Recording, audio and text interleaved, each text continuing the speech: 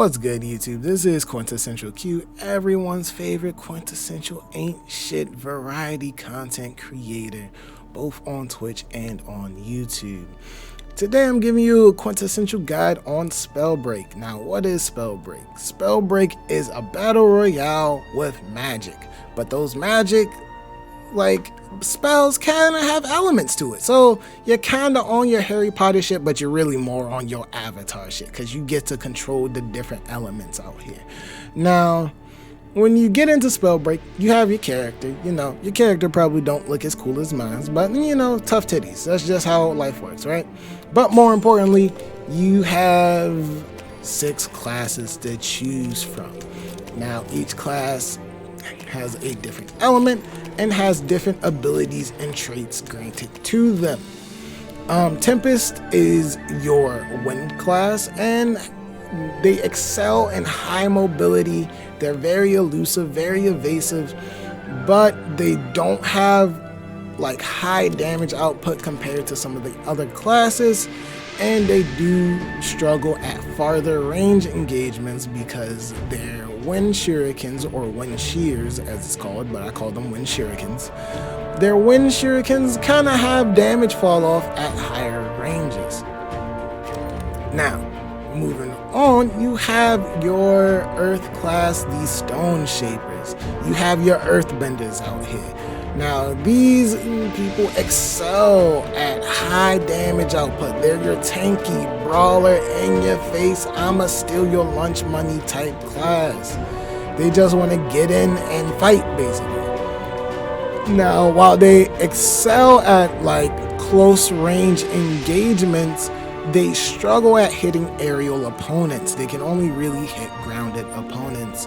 They have their primary fire is an earth shockwave that only hits grounded opponents, and their second ability is a boulder that they can shoot in the air, but it's kind of a slower moving projectile that has an arc to it, so it's kind of harder to hit. Now, Frostborn is your mid to long range sniper class.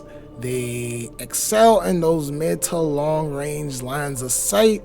They do crazy damage on sniper shots. Of course, if you get decked in the face by a sniper shot, it's not a good time. You done took a lot of damage out of nowhere. You're probably where the fuck did I get hit from? It's just all around a bad time. Now, while they do excel in those mid to long range engagements, they suck at close range engagements. The stone shapers give them a hell of a problem. Toxologists, which we'll touch on in a little bit, give them a hell of a problem. They don't like being all up on people. They like their social distancing out here. They stay 6 feet away from me. You know what? Stay 60 feet away from me. Don't touch me. Moving on, we got the Conduit class. Conduit is your lightning class, and they excel in mid to long range. They have rapid fire that kind of acts as a hit scan, unlike all the other projectiles that are not hit scan. The lightning class kind of has the closest thing to hit scan that you're going to have in this game, and they excel at mana preservation, and they have some gimmicks with runes, and we'll touch on what runes are later in the video. Toxologists are for all you toxic motherfuckers out there that just like to be weird and creepy and sneak up on people and do mad damage, just throwing all types of toxic shit in people's faces. Now, while they excel at close range engagements, they struggle at far range engagements, and they kind of struggle at aerial engagements. Not as much as stone shapers, but they still kind of struggle at aerial engagements just because the toxic gauntlets are kind of like a shotgun spread that kind of have an arc to them a little bit. So, it's kind of harder to hit those aerial targets that are moving vertically and sometimes kind of sort of to the left or right, shit like that. Finally, you got Pyromancers. Pyromancer is your jack of all trades type character, kind of your beginner friendly type class, if you will. They have a decent primary fire that does pretty moderate damage. It does a significant amount of damage, not compared to Stone Shaper or Frostborn, but are dealing really good damage, have good AoE abilities, has good mobility in the kit. Just a very solid class overall. Their only weakness, if I were to say they have any, is that while being the jack of all trades, you're the master at nothing, right? You don't really excel at any of these categories. You're just really solid in any of these categories. So, like, if you're in a close range engagement, yeah, you can fight close range engagements, but if it's a close range engagement with a Stone Shaper, they're most likely going to beat the shit out of you. You can handle mid to long range, but if you're going against mid to long range against a Frostborn, they're probably going to beat the shit out of you. You can handle aerial combat, but if that aerial combat's with a Tempest, they're probably going to beat the shit out of you. So, while being a jack of all trades, you're kind of a master at none.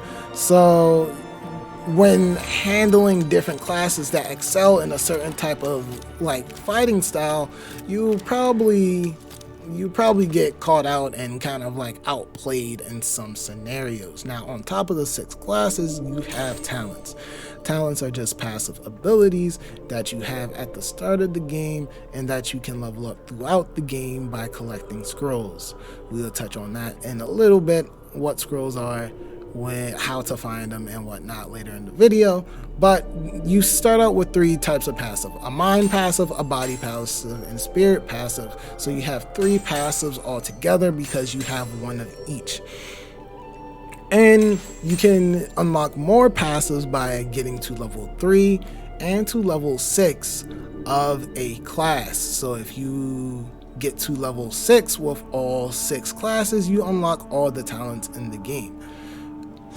Now, we're going to go into the practice room and we're going to pick Pyromancer. Now, as with any BR, you have loot. That loot has rarity. Starting off with gauntlets, you start out with the gauntlet of the element that you chose, which in this case, I chose the fire gauntlet, so I'll start out with a common fire gauntlet. You will always start out with the common rarity of the element that you picked, and you have to upgrade it by finding higher rarities, obviously. You can never switch the element of your main hand gauntlet. So since I picked the fire class, I can never switch my fire gauntlet.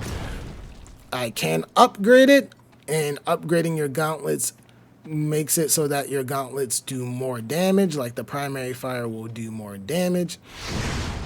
Like if I can actually hit this person over here, because these have a weird arc to them too, I do 25 damage. And with the 4 tick damage, because, you know, fire has like tick damage tied to it, we go to the the legendary fire gauntlet, we do 38 damage. And the 4 tick damage stays the same because it's the same passive. Now, even though you cannot switch the element in your main hand, you can switch the element in your offhand.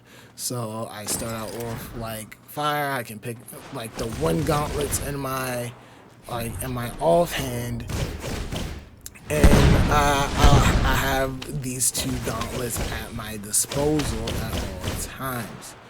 Now, of course, wind, you can make fire tornadoes by shooting a wind tornado, then shooting a fireball at it and stuff like that. Maybe later on down the road, you're like, I'm not feeling the wind gauntlets, you know? I don't think the fire tornadoes are really cutting it for me. They're not doing enough damage. I kind of want more burst damage. Maybe pick up some toxic gauntlets. And now you're like, oh, well, now I can make dragon fire, right? Of course, this goes more down the line of elemental like combinations that you can do. Like you can make dragon fire by making firewalls and, you know, kind of like hitting them with acid, or, you know, you can drop a toxic cloud and blow it up with fire and deal damage that way. Obviously, don't hit yourself like I did. Continuing on, outside of gauntlets, you have trinkets. Trinkets, you have 3 types of trinkets. You have boots, belts, and amulets. Boots give you more movement speed, belts give you armor, and amulets give you mana. Boots give you movement speed because there's no run button in the game. You cannot, your holding forward is as fast as you go. And the only way to go faster is by picking up boots that can help you run faster. Now, belts is just armor. Of course, you start out the game with no belt. You looking like a fool with your pants on the ground, and you really don't want to be caught out here with your pants on the ground. You don't want too many people running up on you while your pants are all sagging. So the way to fix that is by getting a belt. You get a common belt, it gives you 20 armor. You can upgrade that all the way to legendary if you can find a legendary belt, which gives you 100 armor. Now, finally, there's amulets, which gives you mana. Mana is expended when you use the primary fire of your gauntlets and when you levitate. You do not use mana when you use the secondary fire of your gauntlets, so you don't have to worry about that.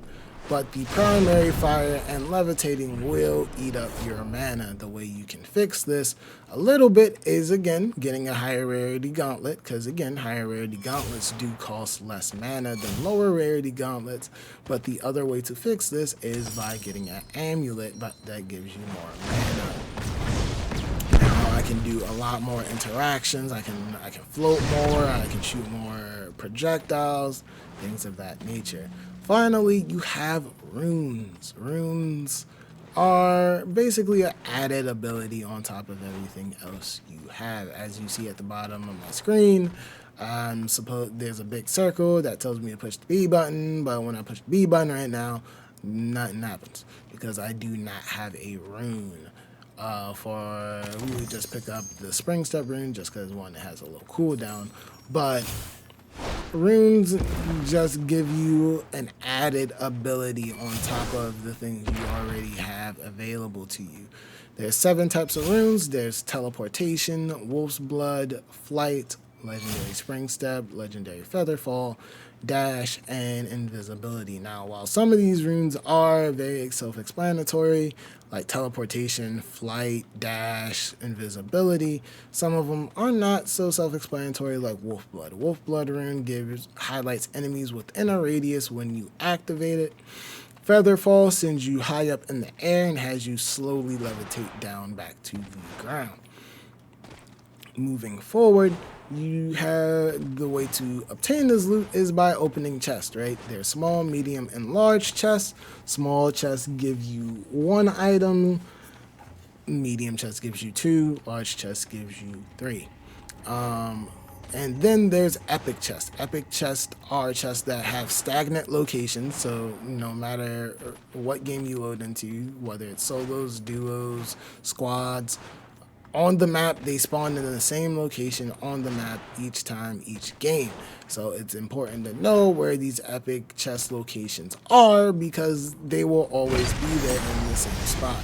Like in the practice mode, this epic chest will always be here. Just like that, the chest will always be there on the main map where you will have your matches. They spawn in the same locations each time.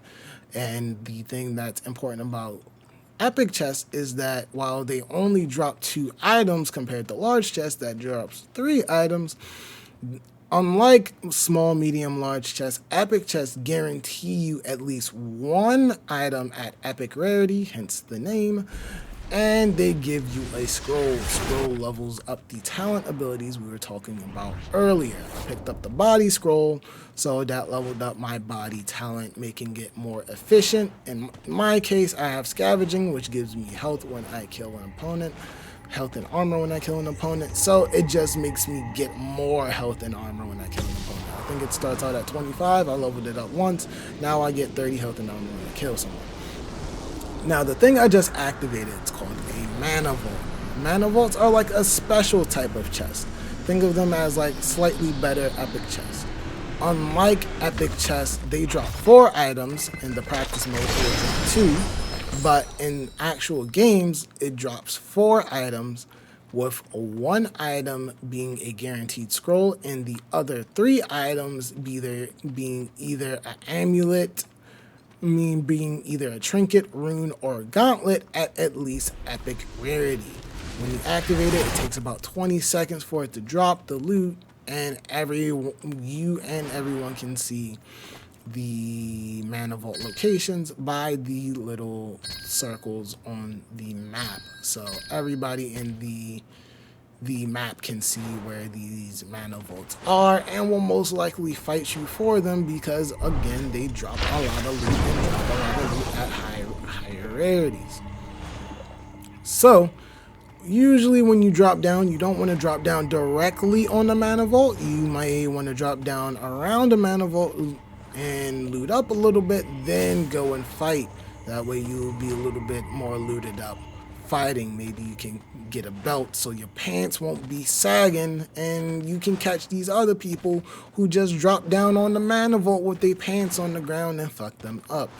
Now that kind of concludes like the overall overview of like what you need to know when dropping down into Spellbreak. Little beginner's guide. I'll go more in depth with gauntlets and classes and runes. I'll get all advanced in that in later videos. But this was just a quick beginner's guide just to get y'all feet wet before y'all really get into it in these streets, so y'all can have a little bit of knowledge out here on your opponents and one up your opponents out here on these streets, because y'all got a little bit of insider knowledge that normal beginners don't got access to. Again, I'm Quintessential Q, everyone's favorite ain't shit variety content creator here on YouTube and over on Twitch. You can catch me on Twitch at twitch.tv/quintessentialq. Almost forgot my own name right there, but you can catch me over there. Same way it's spelled here on Twitch. Link will be in the description below. So drop a follow over there. I stream from 9 p.m. Eastern Standard Time to whenever the fuck I feel like getting off, which is usually around 1, 2 in the morning. So catch me over there. It's a fun time. I'm really heavy in the Spellbreak right now, but you can also catch me streaming things like Monster Hunter. I'm big on action RPGs. I'm big on fighting games. I love me some Dragon Ball Fighters and Super Smash Brothers. Trying to get back into MK and things of that nature. So it's a variety of content. It's all good vibes over there. So you can catch me over there, and I'll catch y'all either on stream or in the next video. All right, be real and deuces.